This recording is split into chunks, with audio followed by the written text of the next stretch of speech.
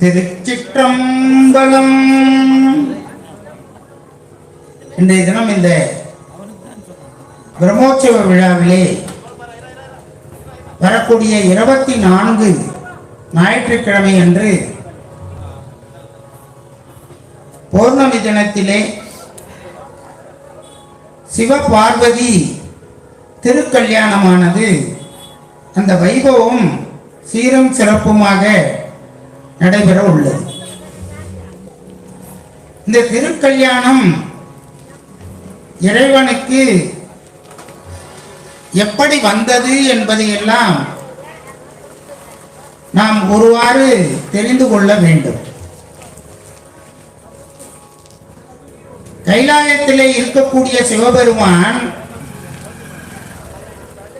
நம்ம எல்லாம் இந்த இல்லற போகத்திலே ஆழ்த்துவதற்காகவும், அது மட்டுமல்ல, இறைவனுக்கு அந்த திருக்கல்யாண வைபவம் செய்வதனுடைய நோக்கம் விண்ணுலகத்திலே இருப்பவர்களுக்கும் சரி, இந்த மண்ணுலகத்திலே இருப்பவர்களுக்கும் சரி, 14 லோகத்திலும் இருப்பவர்களுக்கும் சரி, இந்த சிவபார்வதி திருக்கல்யாண வைபவம் இல்லை என்று சொன்னால் எந்த உயிர்களுக்கும் எந்த போகமும் கிடையாது. நமக்கு ஒரு போகம் தூய்க்க வேண்டும் என்று சொன்னால் அது முதலாவதாக சிவபெருமான் இடத்திலிருந்து தான் நமக்கு வர வேண்டும். அப்படி இல்லை என்றால் நமக்கு எந்த போகமும் கிடையாது. இப்படிப்பட்ட ஒரு சூழ்நிலையிலே கைலாயத்திலே சிவபெருமானுக்கு 33 கோடி தேவர்களும் உருத்திரர்களும் பல்கணத்தார்களும் சேர்ந்து திருமண வைபவம் நடத்துகிறார்கள். இந்த திருமண வைபவத்திற்கு பூலோகத்திலிருந்தும் சரி, பாதாள லோகத்திலிருந்தும் சரி, தேவர்களும் சரி, அனைவருமே வந்து அந்த திருமண வைபவத்தை காணுகிறார்கள். இந்த திருமண வைபவம் எதற்காக என்று சொன்னால், இந்த தக்கன் ஒரு வேள்வியை செய்தார். தக்கன் வேள்வி செய்கின்ற பொழுது சிவபெருமானிடத்திலே அந்த வேள்விக்கான வரத்தை பெறுகிறார். என்ன வரம் என்று சொன்னால், உன்னுடைய மனைவி என்னுடைய மகளாக பிறக்க வேண்டும் என்று வரம் கேட்கிறார். சாமி கிட்ட இப்படி எல்லாம் கேட்க முடியுமா சார்? அந்த வேள்வி செய்ததின் பயனாக இறைவன் மகிழ்ந்து என்ன வரம் வேண்டுமானாலும் கொடுப்பதற்கு தயாராக இருக்கிறார் சிவபெருமான். அப்படி தக்கன் கேட்டான், உன்னுடைய மனைவி எனக்கு மகளாக பிறக்க வேண்டும் அப்படின்னு. இதுக்கு பார்வதி சம்மதிக்கணும் இல்ல, இவர் பாட்டுக்கு வரம் கொடுத்துட்டு போயிட்டா. பார்வதியும் அதற்கு உடன்பட்டு தக்கனுடைய வேள்வியிலே மகளாக பிறக்கிறார்கள். தக்கனுக்கு அந்த மகள் மீது பிரியம் ஏற்பட்டு அந்த மகளை எப்படியாவது சிவபெருமானுக்கு கொடுக்க வேண்டும் என்று அவருக்கு ஆசை எல்லாம் இல்லை. சிவபெருமானுக்கு நான் மகளை கொடுத்தேன்னு ஒரு கர்வம் அவனுக்கு வர வேண்டும். அதற்காக அந்த மகளை திருமணம் செய்து கொடுக்கிறார். அதன் பிறகு தக்கன் சிவபெருமானை மதிக்காமல் பல வேள்விகளை செய்கிறார். சிவபெருமானுக்கு ரொம்ப அவமானமா போகுது. பார்வதி தேவி பக்கத்தில் இருந்து இந்த அவமானத்தை எல்லாம் சகிச்சுக் கொண்டு இருக்கிறார்கள். உடனே பார்வதி தேவிக்கு பெரிய கோபம் வருகிறது. தன்னுடைய சக்திகளை எல்லாம் திரட்டி ஒரு வீரபத்திர குழந்தையை உருவாக்கி அந்த தக்கனுடைய வேள்வியை அழிக்கும்படி பார்வதி தேவி ஆணை பிறப்பிக்கிறார்கள். அதன் பிறகு வீரபத்ரன் நேர தக்கனுடைய வேள்வி சாலைக்கு போறான். போன உடனே அங்க வரிசையா நிக்கிறாங்க எல்லாம். திருமாலு, பிரம்மா, சூரியன், சந்திரன் இவங்கெல்லாம் நிக்கிறாங்க. எதுக்குன்னா தக்கனுடைய அந்த வேள்வி அவிழ்பாகத்தை வாங்குவதற்கு. இப்போ நமக்கெல்லாம் இந்த பூலோகத்தில் நாம வாழ வேண்டும் என்று சொன்னால் மேலே இருக்கக்கூடிய அந்த வருண பகவான் மாதம் மும்மாறி பொழிய வேண்டும். அப்படி பொழிந்தால்தான் நாமெல்லாம் உணவு பஞ்சம் இல்லாமல் நல்ல மகிழ்ச்சியோட வாழ முடியும். இப்போ மேலிருந்து வந்த அந்த மழை கீழே நாம செய்யக்கூடிய இந்த வேள்விகள் எல்லாம் தேவர்களுக்கு உணவாக செல்கிறதா. அப்ப தேவர்களுக்கு அங்கே இந்த நிலம் கிடையாது, இந்த பயிர் தொழில் கிடையாது, அதெல்லாம் கிடையாது. அவர்களுக்கு நாம் செய்யக்கூடிய அந்த வேள்வி அவிழ்பாகம் தான் தேவர்களுக்கெல்லாம் உணவாக செய்கிறது. அப்படி தக்கன் செய்கின்ற அந்த வேள்வியானது தேவர்களுக்கெல்லாம் மிகுந்த அந்த உணவாக இருப்பதினாலே அவர்கள்லாம் போய் வரிசையில நிற்கிறாங்க. உடனே வீரபத்ரனுக்கு கோபம் வருது. அந்த சூரியன் என்ன செய்தான், நேரா போயிட்டு தக்கனுடைய அந்த வேள்வி அவிழ்வாகத்துல கையில வாங்கினான். கையில வாங்கின அடுத்த நிமிஷம் அந்த வீரபத்ரன் சூரியனுடைய பல்ல உடைச்சான். தேவாரங்கள்ல நிறைய இடங்கள்ல இந்த செய்தி வருது. பகலோன் பல் உகுத்தவனே அப்படின்னு பாடுற அப்பர் சுவாமிகள் அப்படி பாடுற. பகலோன் என்று சொன்னால் சூரியன். சூரியனுடைய அந்த பல்லை உடைத்தவன் சிவபெருமான் அப்படின்னு பாடுற. அப்புறம் இந்த இந்திரன் என்ன செய்தான், அடுத்தது நமக்கு தான் ஒரு பெரிய அடி விழப்போகுதுன்னு தெரிஞ்சான். உடனே ஒரு கிளியா மாறி போய் மரத்துல மறைஞ்சுக்கிட்டான். அப்பையும் வீரபத்ரன் உடலை நேரா போயிட்டு அந்த கிளியினுடைய தலைய ரெண்டா திருகி போட்டுட்டான். இப்படி இந்த வேள்வி இந்த தக்கனுடைய வேள்வியிலே கலந்து கொண்ட அத்தனை தேவர்களுக்கும் அந்த வீரபத்ரன் சரியான அடி கொடுத்து கொண்டே வருகிறார். எல்லாம் துண்ட காணும் துணிய காணும்னு அந்த தக்கனுடைய வேள்வி யாகசாலையிலிருந்து காணாம போயிட்டாங்க. உடனே அடுத்தது கடைசியா மிஞ்சனது தக்கம் தான். அம்போன்னு விட்டு போயிட்டாங்க. திரும்பி பார்த்தா இந்த பக்கம் எந்த தேவர்களும் காணும், இந்த பக்கம் பார்த்தா பிரம்மாவை காணும். எல்லாம் ஓடிட்டாங்க. வீரபத்ரன் பார்த்தான், இந்த வேள்வி தானே உனக்கு செய்ய வச்சது, எங்க சிவபெருமான அவமானப்படுத்த வச்சது. உடனே தக்கனுடைய தலையை வெட்டி வேள்வியிலேயே போட்டான். என்ன பண்றது? நம்ம சிவபெருமான் ரொம்ப கருமையானவர், ரொம்ப கருணை. சிவபெருமானுக்கு மேல ஒரு கருணை தெய்வம் எந்த தெய்வமும் கிடையாது. உடனே சிவபெருமான் தக்கனுக்கு ஆட்டினுடைய தலையை கொடுத்து அவனுக்கு உயிரை கொடுக்கிறார். தக்கன் இப்ப ஆட்டு தலையெல்லாம் இருக்கும், ஒரு சாமி பார்த்துருக்குங்க. அது தக்கனுடைய வேள்வி சாலையிலே தக்கனுக்கு கொடுக்கப்பட்ட உருவம். இப்போ கைலாயத்துல சாமி எல்லாம் தேவர்கள்லாம் தினமும் கும்பிட்டுன்னு வர்றாங்க. சாமி நாங்கள் பண்ணதெல்லாம் தப்பு, இனிமேல் எங்களுக்கெல்லாம் நல்ல வரத்தையெல்லாம் கொடுக்கணும் அப்படின்னு தேவர்கள்லாம் போய் கைலாயத்தில் பார்வதியையும் சிவபெருமானையும் கும்பிட்டு வருகிறார். அப்படி வழிபாடு செய்து வருகின்ற பொழுது பார்வதிக்கு ரொம்ப வருத்தம். என்ன வருத்தம்?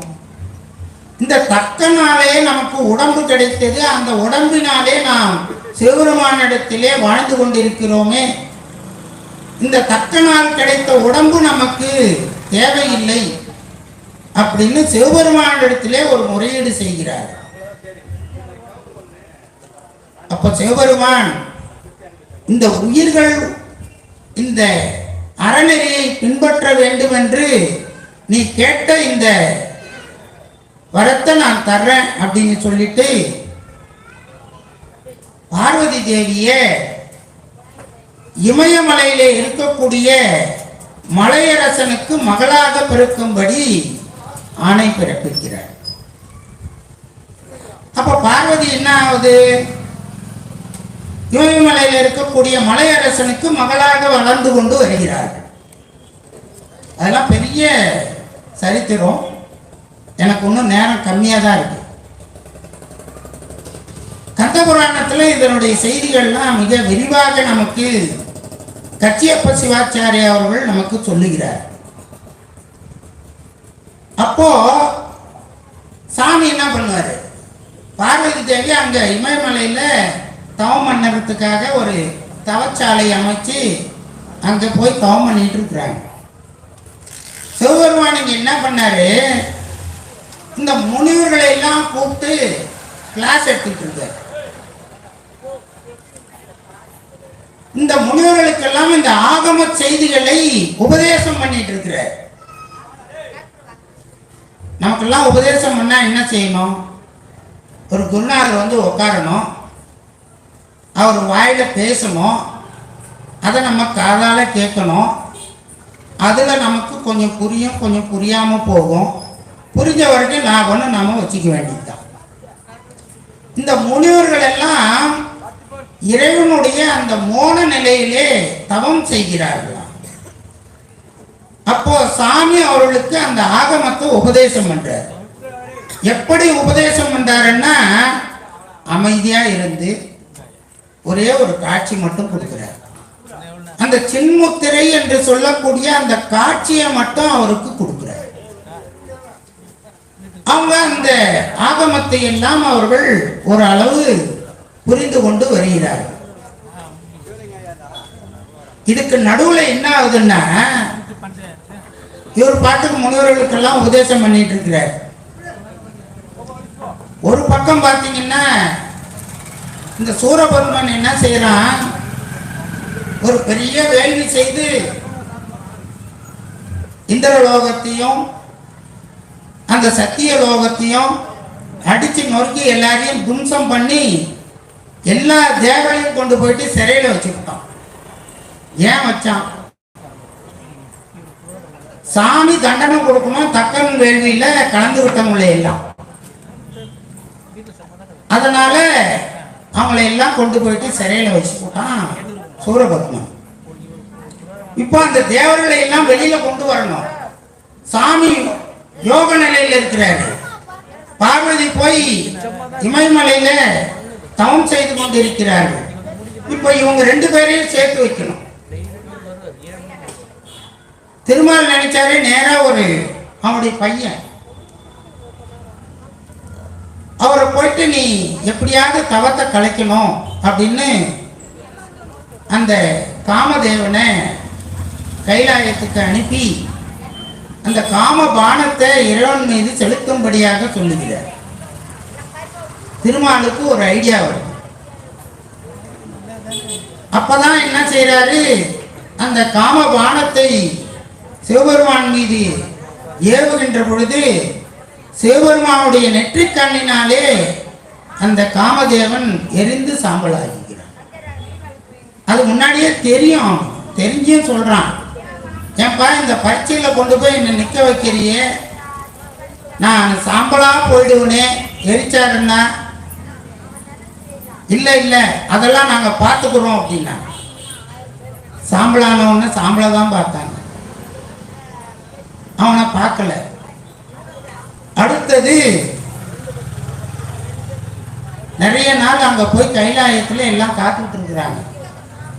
சாமி, இந்த சூரபத்மா படாத பாடு படுத்திட்டு இருக்கான், எங்களுக்கு ஏதாவது ஒரு விமோச்சனம் பண்ணுங்க அப்படின்னு தவமா கிடைக்கிறாங்க இந்த தேவர்கள்லாம். உடனே சாமி கண் தெரிந்து பார்த்து, உங்களுக்கு இந்த சூரபத்மனை அடிப்பதற்கு ஒரு குழந்தையை தருகிறேன் அப்படின்னு சொல்லிட்டார். எல்லாம் ஆராய்ச்சி பண்ண ஆரம்பிச்சிட்டான். சாமி குழந்தைய கொடுக்குறேன்னு சொல்லிட்டாரு, எப்படி கொடுப்பாரு? சாமிக்கு திருமணம் ஆனாதானே குழந்தைய கொடுப்பாரு. அந்த அம்மா போய் எங்கேயோ இமயமலையில தவம் பண்ணிட்டு இருக்காங்க, இவர் இங்க யோக நிலையில இருக்காரு அப்படின்னு சொல்லி ஆராய்ச்சி பண்ணாங்க. அதுக்கப்புறம் தான் பார்வதிக்கும் சிவபெருமானுக்கும் திருமணம் நடைபெற வேண்டும் என்பது இந்த தேவர்களுடைய கட்டாயம் ஆயிடுச்சு. அப்புறம் கைலாயத்திலிருந்து இமயமலைக்கு சாமி போனார். அந்த மலையரசனுடைய மகளை திருமணம் செய்தார் என்பதும், அதன் பிறகு முருகப்பெருமானுடைய அவதாரம் நிகழ்ந்ததும், அதுக்கப்புறம் சூரபத்மனுடைய அந்த வதம் நிகழ்ந்ததும் நமக்கெல்லாம் தெரியும். சரி, இப்போ இந்த கைலாயத்தில் நடக்கக்கூடிய அந்த திருமணத்தை பார்ப்பதற்காக 33 கோடி தேவர்களும் போகிறார். இந்த பூலோகத்திலிருந்து ஒரு சிறப்பு அழைப்பாளர் போறார். அவர் யாருன்னா அகத்திய பெருமாள். இந்த அகத்தியரும் போனார். போன உடனே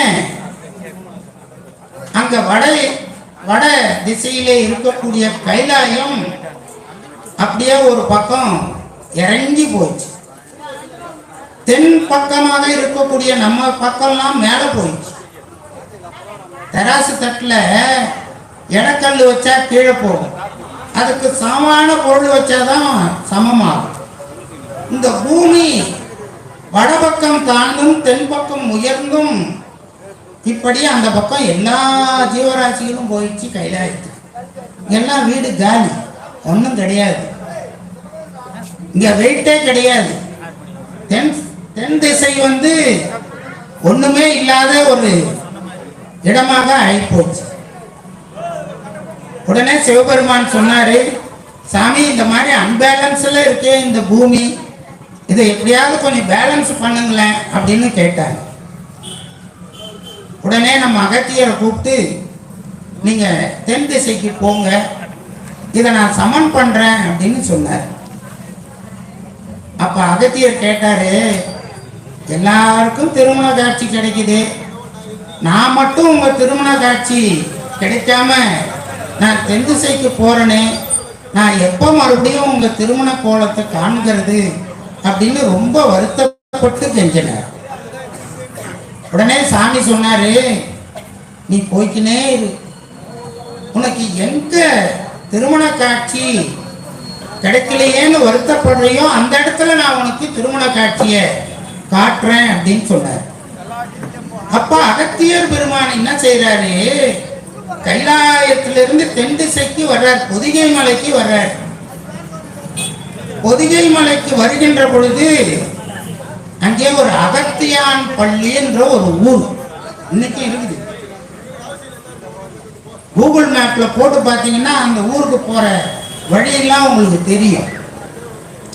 அந்த அகத்தியான் பள்ளி என்று சொல்லக்கூடிய அந்த தலத்தில் இந்த அகத்தியர் போய் அங்க ஒரு தவச்சாலை அமைக்கிறார். அமைச்சு அங்க இருக்கக்கூடிய சிவபெருமானை தினமும் வழிபாடு செய்கிறார். அந்த தளத்தில் இருக்கக்கூடிய சிவபெருமானுக்கு அகத்தீஸ்வரர் என்று பெயர். இன்னைக்கும் அந்த பெயர் தான். அன்னைக்கு எப்படி அந்த பெயரோ இன்னைக்கும் அதே பெயர் தான். ஏன்னா அகத்தியர் வழிபட்டதுனால அதற்கு அகத்தீஸ்வரம் என்று பெயர், அகத்தியான் பள்ளி என்று பெயர்.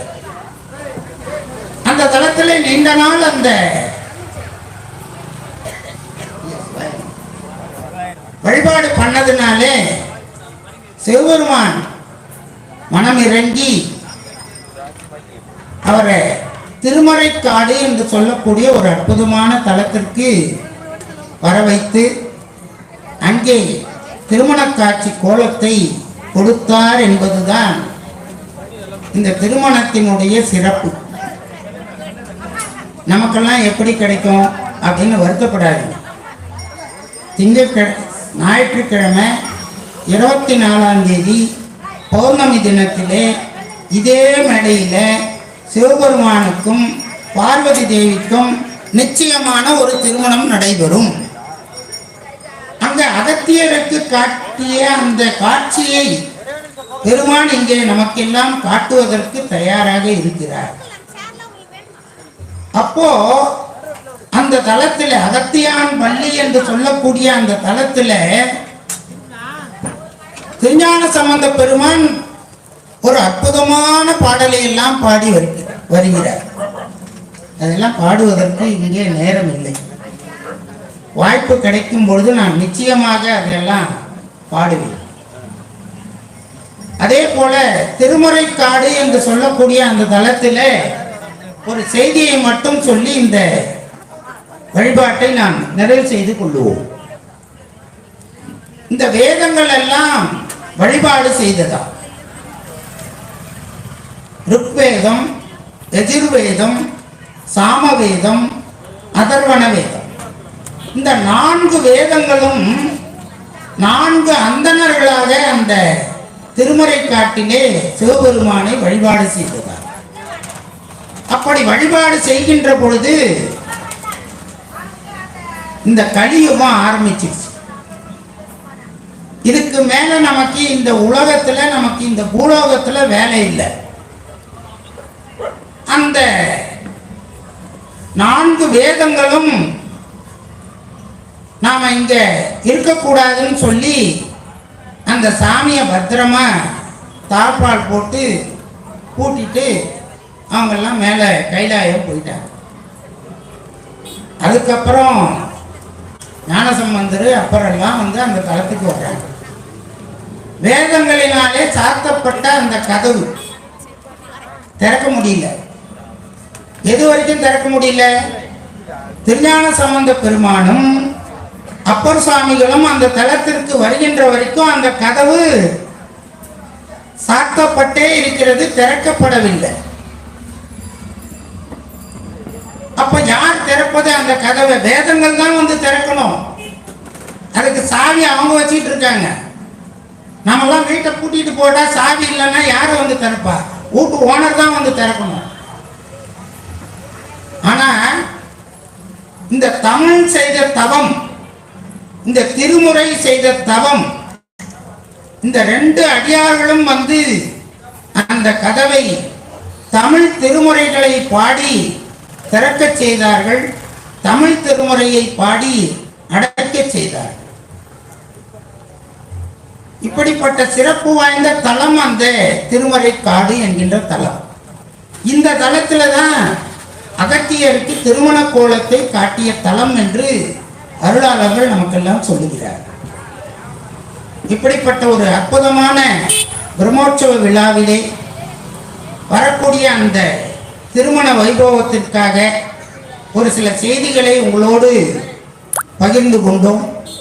இதனைத் தொடர்ந்து இங்கே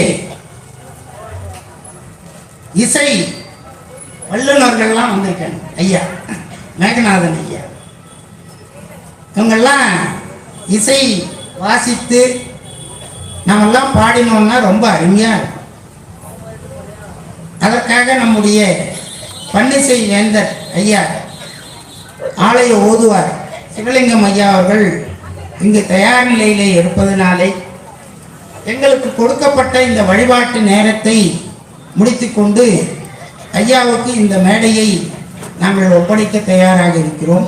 இப்பொழுது அந்த வாழ்த்து பாடலை பாடி இந்த வழிபாட்டினை நிறைவு செய்ய இருக்கின்றோம். மத்தியமா